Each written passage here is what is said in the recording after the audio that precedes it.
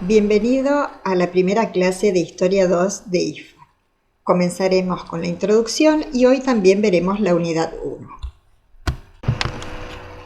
La generación del 80, el proyecto liberal. Cuando Roca asume la presidencia en 1880, termina así una etapa de la organización del Estado, o sea que nosotros terminamos con las luchas civiles, se soluciona el problema de la ciudad de Buenos Aires, y así empieza un periodo en donde el lema de Roca fue el de paz y administración.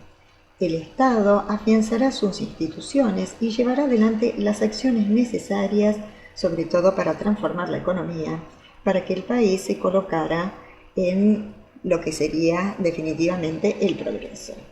Así, hubo una gran transformación desde lo social, porque comenzaron a llegar muchos inmigrantes, también fueron incorporadas tierras de los indígenas, ahí hubo una gran lucha, fueron desplazados y tomaron territorios como por ejemplo la Patagonia, la zona del Chaco, que pasaron a ser territorios nacionales que dependían del gobierno nacional.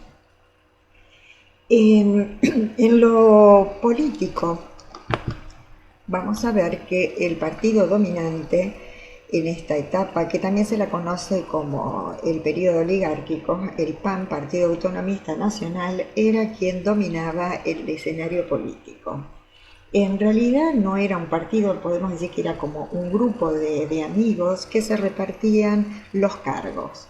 En esa época se practicaba el fraude electoral en forma sistemática. El voto era cantado, voluntario y masculino, pero ese voto se realizaba en las iglesias, en el atrio, no había padrón, con lo cual las personas podían votar más de una vez. Como era cantado, las personas tenían miedo cuando querían votar en contra de lo que era el oficialismo. Solía haber heridos, incluso hasta muertos. Bueno, este sistema, también llamado paternalista, porque este grupo que dominaba la política se consideraban que eran superiores y que eran los únicos que estaban capacitados para poder llevar adelante las cuestiones políticas. Sin embargo, hubo hechos de corrupción y mal manejo de la economía que hizo que surgiera un grupo muy heterogéneo en contra del oficialismo, que se llamaron los cívicos. Sobre todo en el año 1890 se produjo una revolución de la Unión Cívica, como les decía, era un partido heterogéneo, gente con distintos intereses, pero estaba en contra del oficialismo, o sea, del PAN. Esta revolución fue, dominada por el gobierno. Sin embargo, como renunciaron los ministros de Juárez-Elman, el presidente debió renunciar y queda a cargo Carlos Pellegrini. Bueno, cuando se acercan las épocas de las elecciones, aparecen, distintos personajes, como decir, la Unión Cívica, por ejemplo, estaba Mitre, Estrada, Goyena, Alem, Irigoyen. Bueno, entonces se empezaron a presentar fórmulas. La Unión Cívica presentó a Mitre con Irigoyen, el PAN a Uriburu. Bueno, hubo algunas intervenciones del expresidente Roca que hicieron que esa unión cívica se rompiera, se fracturara en dos.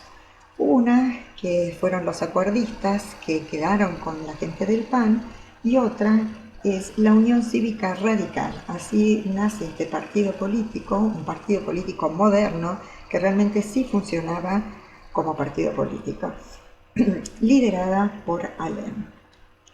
El radicalismo cuestionaba la política de entonces, sobre todo por la falta de honestidad, el fraude, pero no así desde lo económico. Bueno, la forma de participar de la Unión Cívica fue con la abstención electoral, o sea, no participaban de las elecciones porque consideraban que era, como había fraude, era la forma de protesta. Y también hubo rebeliones o sublevaciones armadas en el año 1893 y 1905, pero realmente fueron sofocadas por el gobierno. Por otro lado, aparecen nuevas ideologías como socialistas y anarquistas. Estas las traían los inmigrantes desde Europa, y la diferencia es que el socialismo sí busca la participación política. Entre ellos encontramos a Juan B. Justo, Palacios, que bueno, ellos fueron los primeros en presentar proyectos de leyes para mejorar las condiciones de los trabajadores.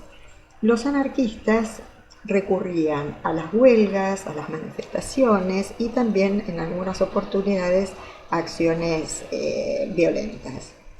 Así se presentan, como decía, leyes sociales, reglamentación del trabajo, y también aparecen en esta etapa ya en la década del 90, leyes electorales.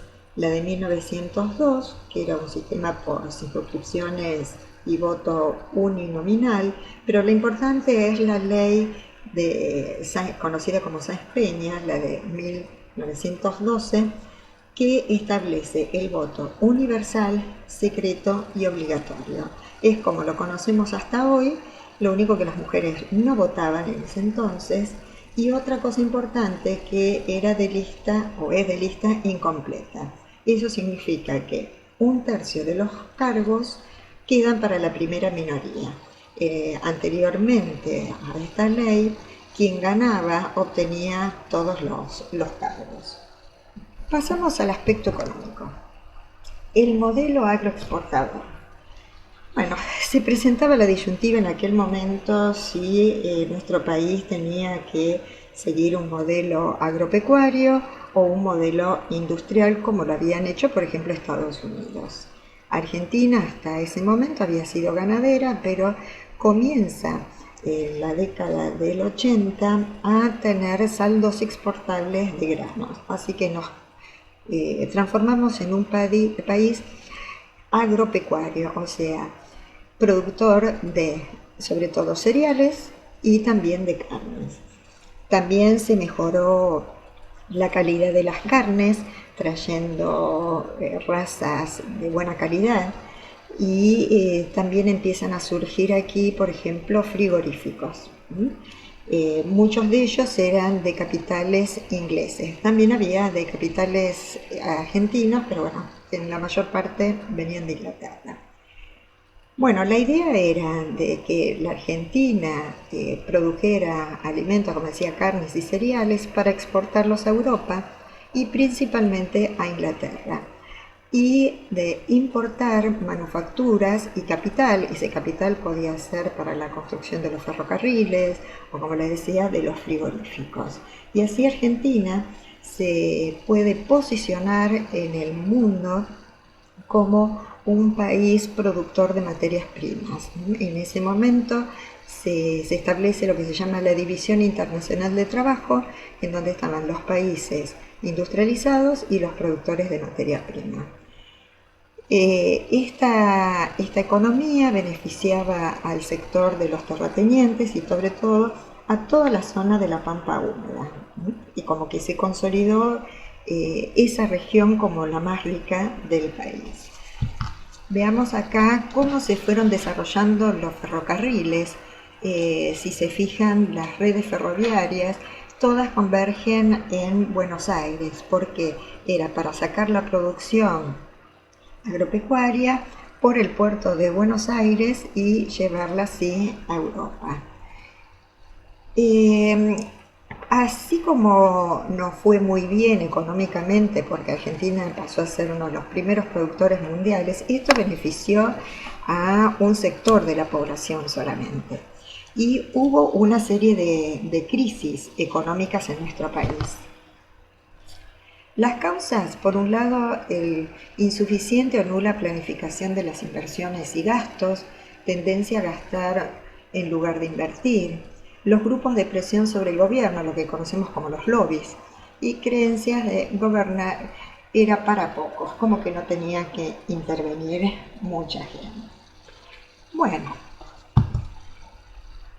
en resumen, Se adecuó la economía para complementarla con Europa, modelo agroexportador. Se obtuvo mano de obra de la inmigración europea, la clase dirigente criolla se aseguró el poder político. Se difundieron la cultura europea y las ideas positivistas. Y también tenemos un cambio social muy grande. Vamos a tener que la cantidad de inmigrantes que llegó fue importantísimo.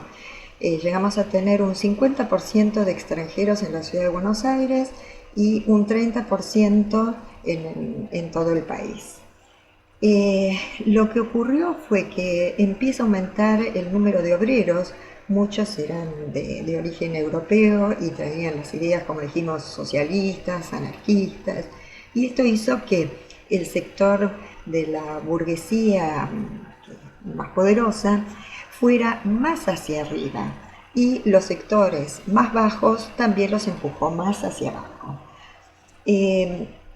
Muchos de los hijos de estos inmigrantes tuvieron la posibilidad de estudiar.